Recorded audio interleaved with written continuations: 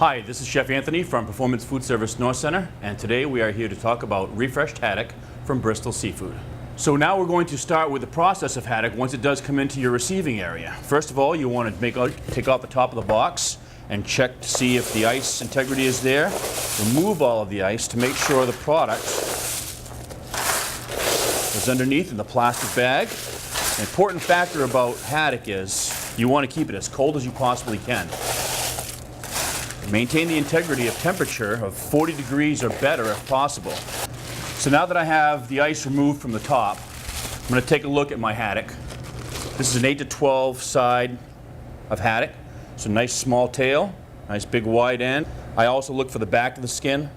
Looks great, and the fish should not smell like anything but the ocean. Make sure it's nice and fresh. Now that we've unpacked the haddock out of the box, we're going to look at the different sizes of fillets and then how we're going to portion this product out for use in our recipes.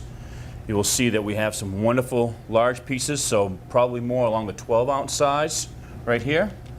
And then we have some smaller fillets which run along the 8-ounce size. So we're going to use a combination of either one of these products cut in different forms in order to complete our recipes. So now we're going to look at portioning of this product. So what I like to look at when I portion product is how am I going to use it? For example, am I going to use it for a fish fry? Am I going to use it for a baked stuffed haddock or any kind of crusted haddock? So depending on the application is really depending on the size product that you want to portion. If I were using it for fish and chips, obviously I want to make sure that the small tail section is not really usable for a baked haddock. So I want to cut this little tail portion off that you could use that for your fish and chips.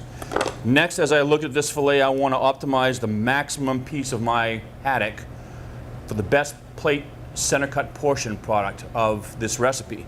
So I notice here that the optimal fillet is right here towards the tender. I'm going to cut this piece off, and here's what I consider to be a nice, perfect 8-ounce fillet. If you want to get a 6-ounce fillet, obviously you can cut a couple of smaller sections. So what I'm going to do is take another fillet out here, cut that same tail piece off and use it as my fish and chip or even as a chowder fish. Then I want to get 2 sections out of this. I'll cut this one in half, and it gives me about 2 6-ounce portions. So now I have a couple of different sizes of haddock that I'm going to use. Obviously on some of these thicker portions you can certainly give them a nice little butterfly cut open if you want to and pack them with stuffing. So I'm going to use this one for my crab meat stuffed haddock.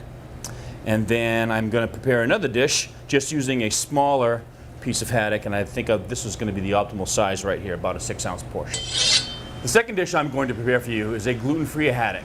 So many restaurants are adding gluten-free items to their menu items. So here's a really simple one using this nice fresh quality haddock.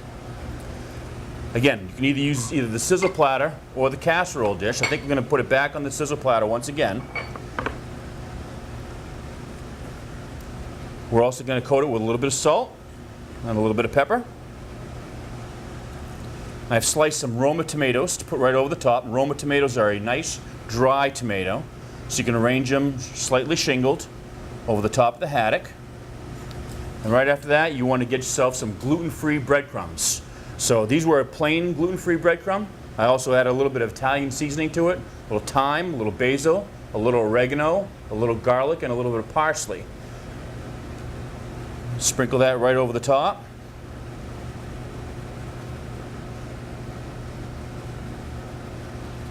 Like so. What I like to do also is add a nice fresh squeeze of lemon juice. Bake that right with the lemon on the side. We're going to put a little bit of water in there. We're going to bake it right in the oven. It'll be about 5 to 7 minutes for this item to be complete. Our gluten-free dish is almost complete, so what we want to do is add another layer of flavor to this. I have either a simple couple of cheeses that we could put on there. You can add a little crumbled blue cheese if you wanted to over the top. Put it back in the oven and melt it. Or a little crumbled goat cheese. Either one of these cheeses will add another layer of flavor and texture to your dish, still keeping it nice and gluten-free. I'm going to put this back in the oven and we'll take it out and show you what it looks like. So our gluten-free haddock has just come out of the oven. Nice melted blue cheese over the top. Make sure you get all the crumbled melted pieces over there as well.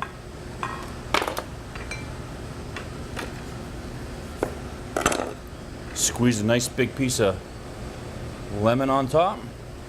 Sit back and enjoy this wonderful gluten-free dish. Enjoy. Eat more seafood because it's good for you.